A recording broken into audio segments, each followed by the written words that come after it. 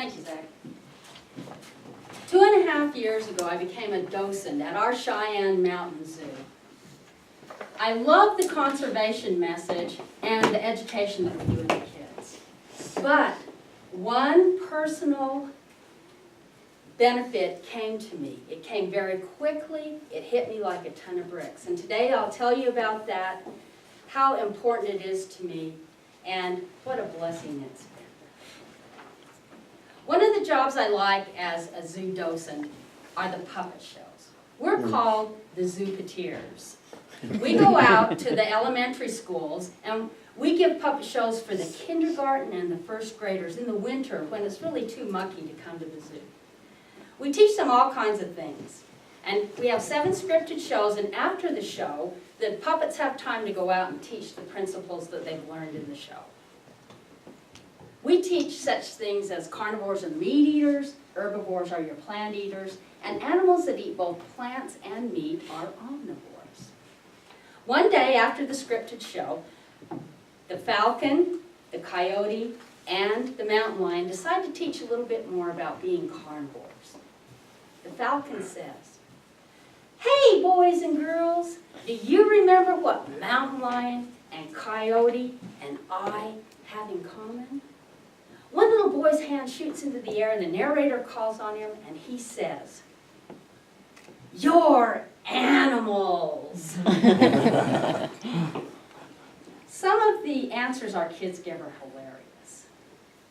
Now, I wasn't a good kid and I didn't have a necessarily good childhood for whatever reasons. That door in my psyche, marked childhood, was stuck shut, probably from birth. I have a sister that's 3 years older than me, and she had a lot of girlfriends that come to the house, do their hair, paint their nails, have sleepovers. All those kind of things to me just seemed a bit childish. When I was in the 4th grade, my mom encouraged me to make some friends my own age. So I started hanging out with some of my classmates, and the alpha girl in our group was named Kaylee. One weekend, Kayleen stole a pack of cigarettes from her grandpa, and 6 of us got caught in the girls' lavatory smoking. Expelled in the 4th grade. Oh. My academic career was over. When I was in junior high and high school, I had the option to go to the library and study during assemblies, dances, and all those special events.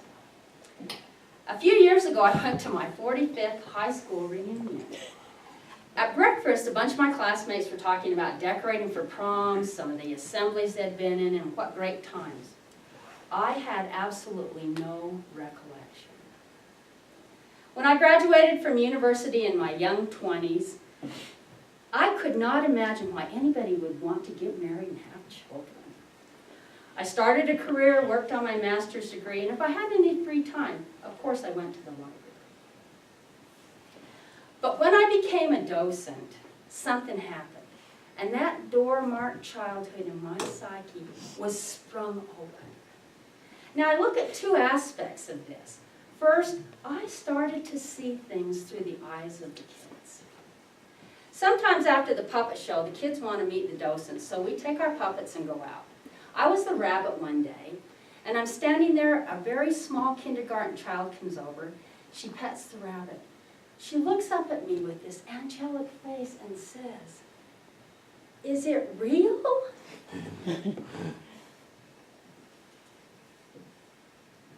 I had this sensation, and I realized childhood is real. She gave me that gift. We used to hold wallabies in the summer, and the kids would come and have an experience. And through that, I would reach out and touch the wallabies, and it was wonderful. I knew what it was like to feel like a child. The other aspect that I've gained from being a docent, I now see these kids through the proud eyes that parents and grandparents view them.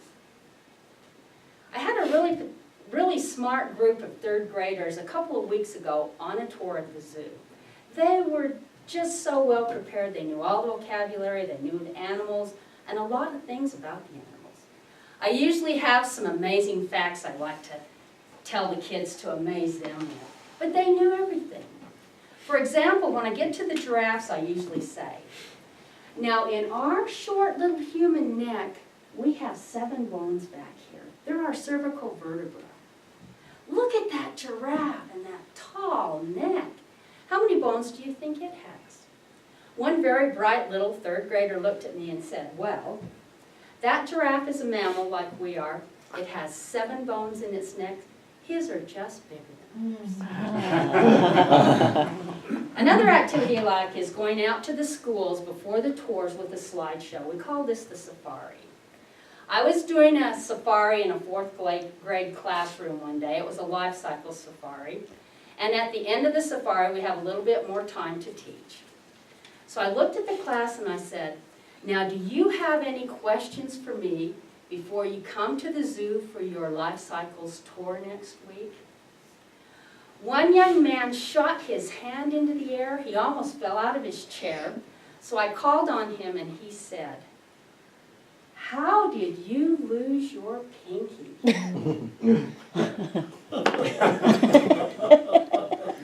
Our kids are magnificent. They're wonderful.